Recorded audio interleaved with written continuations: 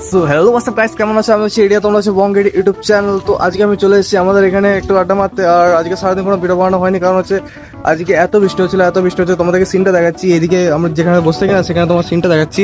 এদের দেখো গোটা মাঠগুলো, দেখো মাঠে গোটা জল জমে গেছে। আকাশটা এখন মোটামুটি হালকা করে পরিষ্কার করেছে, কিন্তু এখন পুরোপুরি পরিষ্কার করেনি। তো আজকে বাকিটা বানাতে পারবো নাকি জানি না, তবে এখানে এসেছি। আর আমি অনেকগুলো রিল দেখছিলাম আজকে, ঠিক আছে? ওখানে একটা ভাই আছে আমার বসে, ভাইকে এখন দেখাবো না, ভাই এখন একটা পার্সোনাল কাজ করছে। তো ভাই আজকে অনেকগুলো রিল দেখছিলাম, রিলতে দেখছিলাম ভাই অনেকে লজ্জা পাচ্ছে ব্লগ বানাতে। ভাই আমি একটা কথা বলবো, ভাই ব্লগ বানাতে লজ্জা কিসে আছে? তোমরা চুরি করতে লজ্জা পাও না ভাই? যখন তোমরা পরীক্ষা দাও, পরীক্ষা দিতে দিতে টুকলি করতে লজ্জা পাও না, প্রেম করতে লজ্জা পাও না, তাহলে ভাই ব্লগ বানাতে কিসের লজ্জা তোমাদের?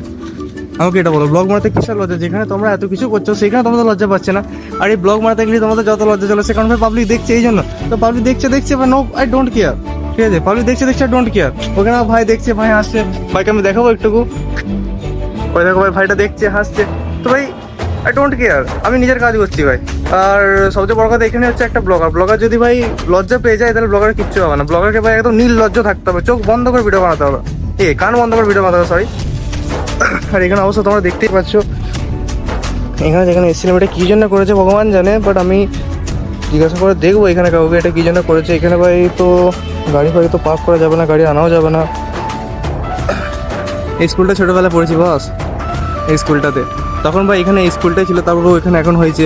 আর এই মন্দিরটা এখন হয়েছে নতুন, এখন গেটটা চাপে আছে, তো যেতে পারবো না। ভিতর থেকে তোমাদেরকে দেখাতাম একে ভাই, এটা আমি এখানে পড়েছি, ওইখানে পড়তাম এখানে। তারপর এই দিনগুলোই ভালো ছিল, ঠিক আছে? প্রথম এই দিনগুলোই ভালো ছিল। যখন থেকে ভাই হাই স্কুলে উঠেছি, তখন থেকে ভাই জীবনটা এত ঝান চলছে ভাই, তোমাদেরকে কী বোঝাবো? যত বড় হচ্ছি না ভাই, তোমাকে বলতে চাইছি, যত বড় হচ্ছি তত ভাই বুঝতে পারছি জীবনটা কীরকম যাচ্ছে। আর এখন ধরো ভাই সায়েন্স নিয়েছি ভুল করে, তো ভাই সায়েন্সে পড়ার জ্বালা একমাত্র সায়েন্সের স্টুডেন্টরাই জানবে। সামনে আমাদের সেমিস্টার আছে, সেমিস্টারের জন্য আমাদেরকে প্রিপারেশন নিতে হচ্ছে। প্রিপারেশনের মাঝখানে আমাদেরকে মানে টাইম বার করে ভিডিও বানাতে হয়, অনেক কিছুই করতে হয় ভাই। আর তোমার এসব সিলেবাস কভার করা, আমাদেরকে মাথায় অন্য কিছু রাখা চলে না। রাত ভর জেগে রিডিং করা। তোমরা জানো আমি কটার সময় ঘুমাই? রাত্রেবেলা 4টে 5টা, কোনো দিন সারা রাত জেগে দিই। এমনকি সারা দিনেও ঘুমোতে পারি না, কারণ ভাই সারাদিন শ্যুটটা করি, শ্যুটে সব এডিটিংগুলো থাকে, তারপর আমার ব্লগও বানাই, ফানি রিলসও বানাই। তারপর তোমার তো গেমিং চ্যানেল আছে আমার, আমি অনেক অনেক অনেক ক্যাটাগরি ভিডিও বানাই আমি। তো আর টাইম পাই না, ভিডিওগুলো এডিটিং তো করতে হয়, তার জন্য সারা রাতও কেটে যায়। মানে এমন দিনও গেছে আমি রাত্রেবেলা ঘুমাইনি পর্যন্ত, ঠিক আছে? এমন দিনও গেছে আমি রাত্রেবেলা ঘুমাইনি।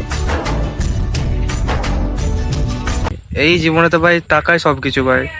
টাকা ছাড়া কেউ তোমাকে ভালোবাসবে না, টাকা ছাড়া কেউ তোমাকে সম্মানও দেবে না। তো ভাই টাকা ইনকাম করো, ঠিক আছে? যত পারো অফুরন্ত টাকা ইনকাম করো ভাই, তোমার সম্মান সব কিছু তুমি পেয়ে যাবে। কারণ আজকে আমি দেখছি ভাই, আজকে যে জায়গায় আমি দাঁড়িয়ে আছি অ্যাট দ্য এজ অফ 18, আমার ভাই জীবনটা এরকম লাগছে, ভবিষ্যতে এরকম টেনশন হচ্ছে ভাই। চাই না এরকম জীবনটা অন্য কেউ পাক, কারো ফিউচার সিকিওর থাকুক। আমি এসব চাই যে ভাই আমার মতো জীবন যাতে কেউ না ভাবে সিকিওর থাকুক কারো ফিউচার। হ্যাঁ, হয়তো আমার থেকেও কারো খারাপ লাইফ থাকতে পারে, অনেক গরিব মানুষ আছে অনেক, তারপর অনেক মানে মানুষ আছে যারা ভাই দুবেলা খাবারটুকু জোটে না, তাদের থেকে আমি ভালো আছি। কিন্তু ভাই সবচেয়ে বড় প্রবলেম কি জানো? তারা অন্তত পক্ষে এই সুখে আছে যে তাদেরকে কিছু করতে হবে না। কিন্তু আমার ভাই মাইন্ডে যেটা চলে না ভাই, আমাকে এইটা করতে হবে, সেইটা করতে হবে, আমাকে এইভাবে দাঁড়াতে হবে, ওইভাবে সব কিছু খেয়াল রাখতে হবে, সব কিছু ম্যানেজ করতে হবে। তো ভাই এইটা না একটা আলাদা একটা ভাই মানসিক টেনশন দেয়, যেটা ভাই গরিব লোকের হয় না, ঠিক আছে? যারা গরিব, ঠিক আছে বলছি, যারা দুবেলা খেতে পারে না, তাদের শুধু একটা চিন্তা, তারা যে দুবেলা খেতে পারে। আর আমাদের মিডিল ক্লাসে কি বলতো, দুবেলা খেতে পারাটা মেন ফ্যাক্টর নয়। আমাদের দুবেলা ভাই খেতে পারাটা আমাদের দুবেলা মেন ফ্যাক্টর নয়। আমাদের মেন ফ্যাক্টর হচ্ছে ভাই ভালো থাকা, ভালো রাখা। ছেলেদের জীবনটা তবে ভালো রাখার উপর ডিপেন্ড করে, ছেলেদের জীবনটা আবার রিপিট করছি, ভালো রাখার উপর ডিপেন্ড করে।